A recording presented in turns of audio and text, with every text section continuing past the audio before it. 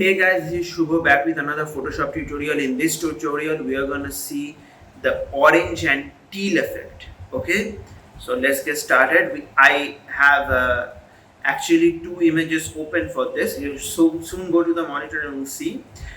Before we start and go to my monitor, if you like the video, sorry for that. If you like the video, please consider liking the video. Yes, that's pretty obvious. If you like the video, give it a thumbs up. That helps out a lot. Subscribe to my channel, press the bell for notifications, and share this video with your friends who has any interest in Photoshop or maybe in photography, like people who take photography as a profession or as a hobby. They want to edit their and color grade their photos in different ways, so this is one of the ways.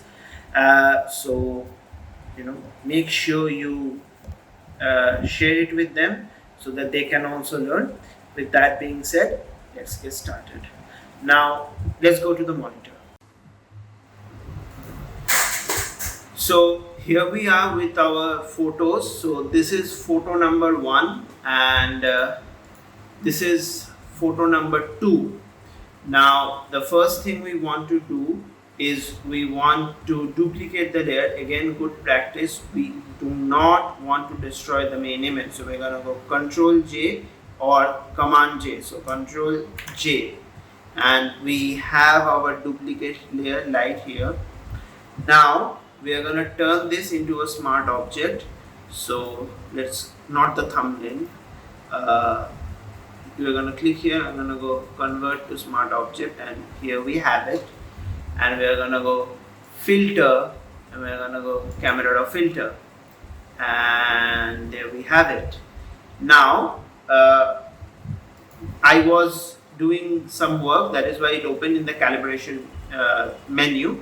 But once you open the camera raw filter, you're gonna open the calibration menu drop down, and here you have the red primary, the green primary, and the blue primary. So we're gonna move the red primary towards orange. Okay, so this is very like purplish beetroot. You don't want that. You want a orange type of thing. So you go here around 60, and we are gonna move the green towards 100, and we can already see some orangey tone here.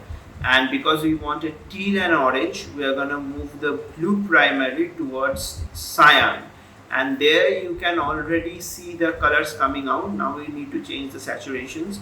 So we're gonna move the saturation. I think this much is okay, and we're gonna move this saturation. I think this will do. You can move the green saturation down. That will make it a little bit easy on the eyes. So you can just, I think about that will do. Anything more than that and it starts looking unnatural. So this is okay for this one, and here we have it. And this is the second one. Again, this is clicked by me. If you want to see some good images, follow me on my Instagram. Link will be on the description box down below. Now again, we are gonna duplicate the layer. So we're gonna go Control and J, and this is again layer 1. We're gonna right click, and we're gonna go to convert to smart object because you don't want to destroy it. We're gonna go to filter, and again camera raw filter, and here we have camera raw filter, and it open. And in the calibration drop down, again we are gonna move the reds towards orange, maybe this much, and we are gonna move the blues towards the cyan, and you can already see it happening. We're gonna greens, hue would be 100, and we're gonna turn the saturation down of the greens, and we're gonna move. Okay, no, if we move the red, it's becoming too red. So yeah, I think this is just fine. So I'm gonna hit OK, and here you have your teal and orange color.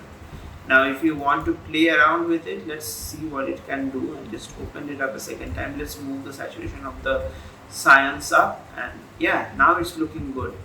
So let's move the red up the hue a little bit. That makes it a little more yellowish.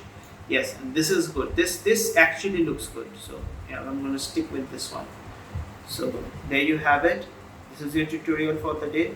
If you enjoyed the video, don't forget to like, share and subscribe. Leave me a comment down in the comment section. With that being said, see you in the next one.